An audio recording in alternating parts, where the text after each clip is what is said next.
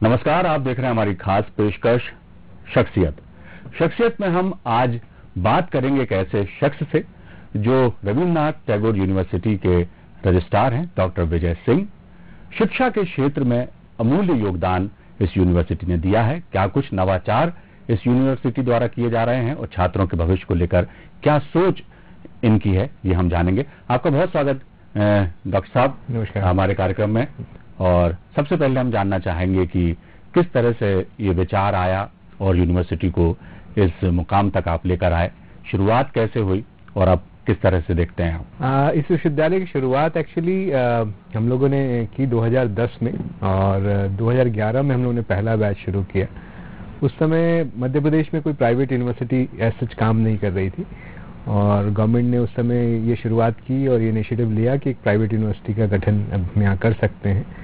तो हम लोग पहले विश्वविद्यालय थे या संस्था थे जिन्होंने ये प्लान किया और उस समय लगभग भोपाल के आउटस्कर्ट्स में रायसेन जिला लगता है लेकिन भोपाल में ही है वो। तो वहाँ पे हम लोगों ने ये शुरुआत की। चूँकि एक्ट की रिक्वायरमेंट बहुत सारी थी तो वो शहर के बाहर एक बहुत अच्छे सुंदर लोकेशन पे हम लोग ने आइडेंटिफाई किया और वहाँ पे अपना बेस बनाया कि हम यहाँ ये विश्वविद्यालय बनाएंगे।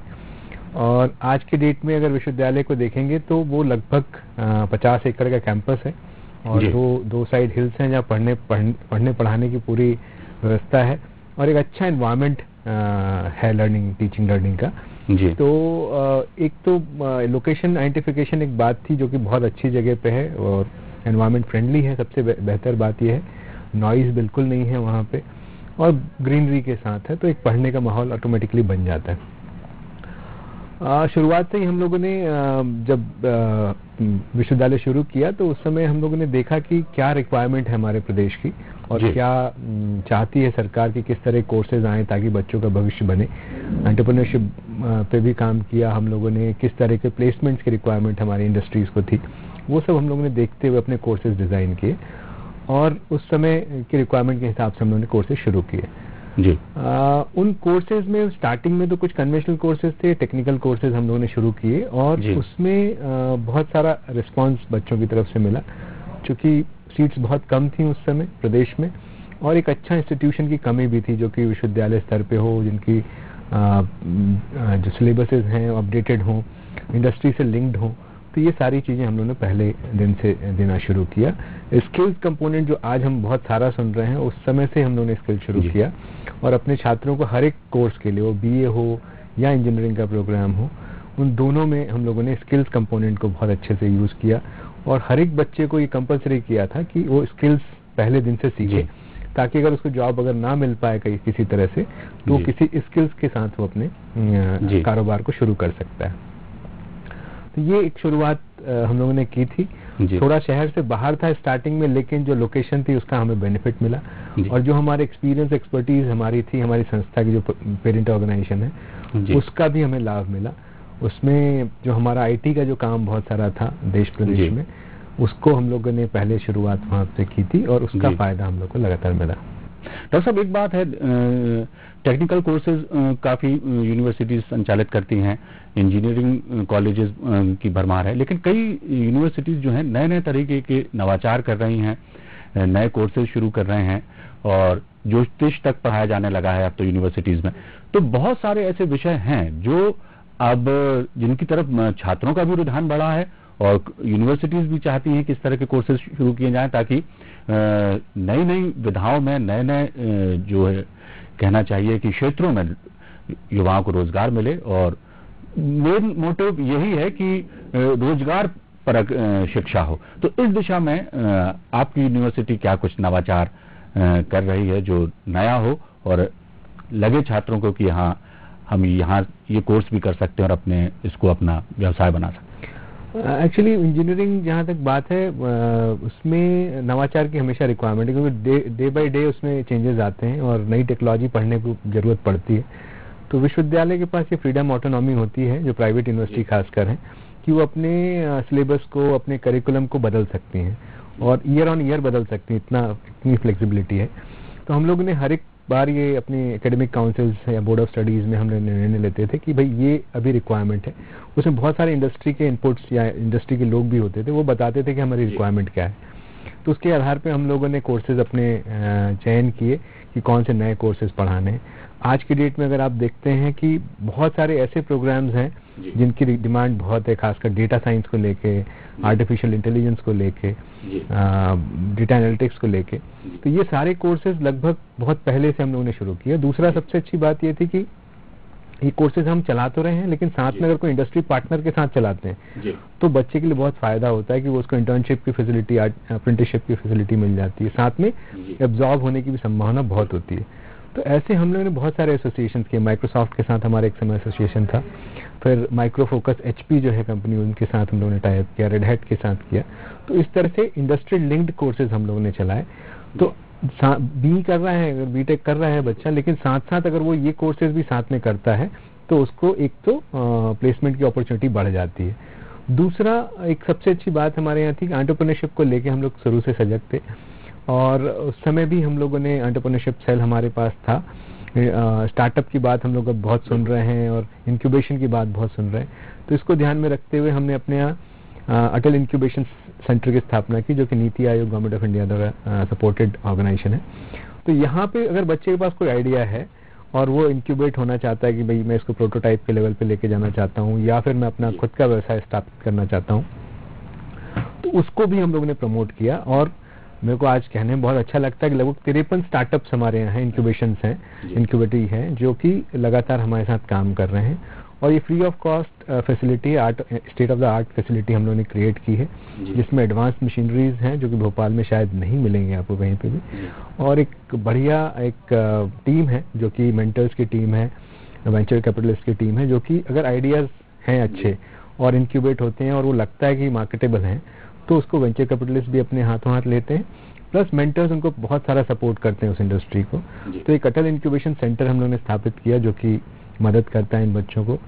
मैंने जैसा स्किल के बारे में कहा, प्रधानमंत्री कौशल केंद्र और इस तरह के बहुत सारे इंडस्ट्री सपोर्टेड हमारे यहाँ लैब्स हैं, जिसमें कि प्रधानमंत्री कौशल केंद्र तो है ही, जो कि सरकार द्वारा स्थापित संस्थान है, जिसमें बहुत सारे स्किल्स की ट्रेनिंग हम लोग करते हैं। लेकिन साथ साथ डाइकिन जैसे रेफ्रिजरेशन और AC में बहुत सारा काम है, वो हमारे साथ है, हमारे लैब हमारे पास है। वॉश का नाम आपने सुना होगा, बहुत सारा इंडस्ट्री ग्रेड मशीनरी और टूल्स बनाते हैं, उनका एक सेंटर हमारे पास है। इसी तरह से एक दीनदयाल उपाध्याय केंद्र जो कि भारत सरकार का है, उसको भी हम लोग स्थापित कर रहे हैं। लुकास नूले करके एक जर्मन की लैब है, वो भी हमारे पास है, जो कि सिमुलेशन बेस्ड सॉफ्टवेयर पे पूरी ट्रेनिंग कराते हैं। तो ऐसे बहुत सारे, टाटा का हमारे पास सपोर्ट है, और मैंने और नाम लिए जो IT कंपनीज जो हैं सपोर्टेड लैब्स हैं हमारे पास। तो इस तरह से उन बच्चों को बहुत सारा अलग से इनपुट मिलता है ताकि वो आगे अपने भविष्य में करियर स्थापित कर पाए। डॉक्टर साहब, एक बात मैं जानना चाहूँगा आपसे कि तमाम यूनिवर्सिटीज़ हैं, बच्चे बाहर भी पढ़ने जाते हैं, जिसकी जैसी रुचि होती, जैसा रुझान होता है, जो सुविधाएं उनको मिलती हैं। मध्य प्रदेश में उन सुविधाओं का जो है अभाव रहा विगत सालों में, लेकिन अब धीरे धीरे आप जैसे लोग जब इस क्षेत्र में आ रहे हैं तो वो तमाम चीज़ें बच्चों को मिल रही हैं। तमाम यूनिवर्सिटीज़ को देखें और हम रविन्द्रनाथ टैगोर यूनिवर्सिटी को देखें, तो बच्चों को आप क्या कहेंगे कि क्या आप में खास है? हम लोग एक वर्ड आपने बहुत जगह सुना होगा, सारे लोग कहते हैं होलिस्टिक डेवलपमेंट की बात करता है हर एक विश्वविद्यालय, हर एक इंस्टीट्यूशन करता है, लेकिन धरातल पे कितने लोग कर रहे हैं मुझे मालूम नहीं। मैं किसी पे क्लेम भी नहीं करना चाहता कुछ भी, लेकिन जो मैं कर रहा हूँ बता सकता हूँ, हमारा विश्वविद्यालय जो कर रहा है बता सकता हूँ। हमारे कैंपस में आपको हर एक विधा के लोग मिलेंगे, हर एक विधा की लैब मिलेगी आपको, और ये फ्रीडम होता है बच्चे के पास कि वो उस विधा को अडॉप्ट कर सकता है, ले सकता है, और उसका पूरी ट्रेनिंग हम अपने कैंपस में कराते हैं।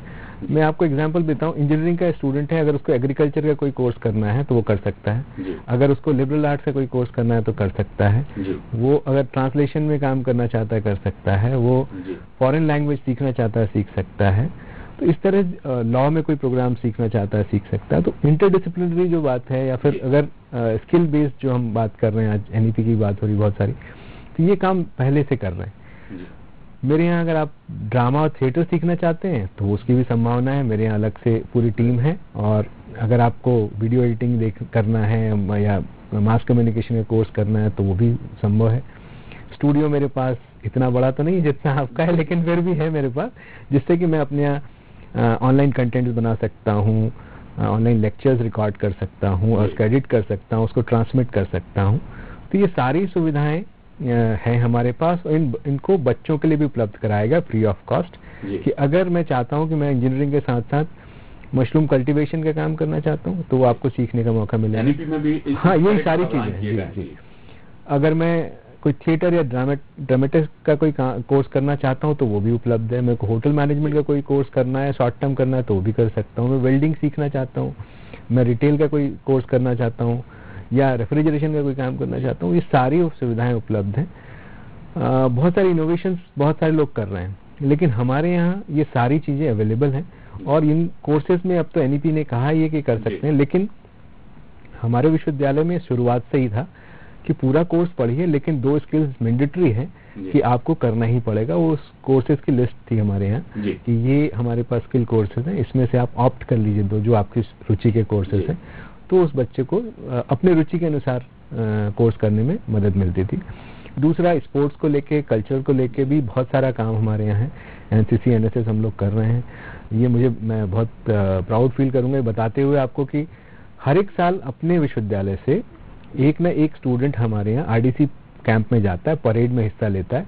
ये तो मेरे लिए गर्व की बात है कि कम से कम मध्य प्रदेश का एक ऐसा विश्वविद्यालय इसमें लगातार हर एक साल बच्चा वहाँ पे पार्टिसिपेट करता है। और पिछले साल विगत वर्ष तो लगभग 2 बच्चे हमारे यहाँ से थे। वो मेरे ख्याल से रिकॉर्ड होगा कि किसी एक यूनिवर्सिटी से 2 बच्चे वहाँ पे गए। एनएसएस में भी लगभग हम लोगों ने 5 गांव गोद लिए हुए हैं, और लगातार वहाँ पे जो योजनाएं हैं सरकार की हैं, या फिर हम बहुत सारे कोर्स कराते हैं बच्चों को। लिटरेसी का कोर्स है, या फिर फाइनेंशियल लिटरेसी की बात करें, स्वास्थ्य और स्वच्छता की बात करें, ये सारी चीज़ें हम लगातार उस गाँव में कर रहे हैं। और लगातार मीडिया भी उसको कवर करता है कि जो इनोवेटिव काम है वहाँ पे करते हैं। सोलर पे बहुत सारा हम लोग काम कर रहे हैं, रिन्यूएबल एनर्जी पे। स्पोर्ट्स में और कल्चर में अगर बताऊं तो कल्चरल में हमारे यहाँ के जितने स्टूडेंट्स हैं वो पार्टिसिपेट करते हैं। एआईयू का एक बड़ा इवेंट साल भर में होता है, जिसमें कि रीजनल होते हैं, उसके बाद नेशनल लेवल, इंटरनेशनल लेवल बनते हैं। ये भी कहते हुए अच्छा लगता है कि 3 साल से लगातार हमारा ट्रॉफी जो है वो हमारे पास है, नंबर 1 की ट्रॉफी हमारे पास। तो ये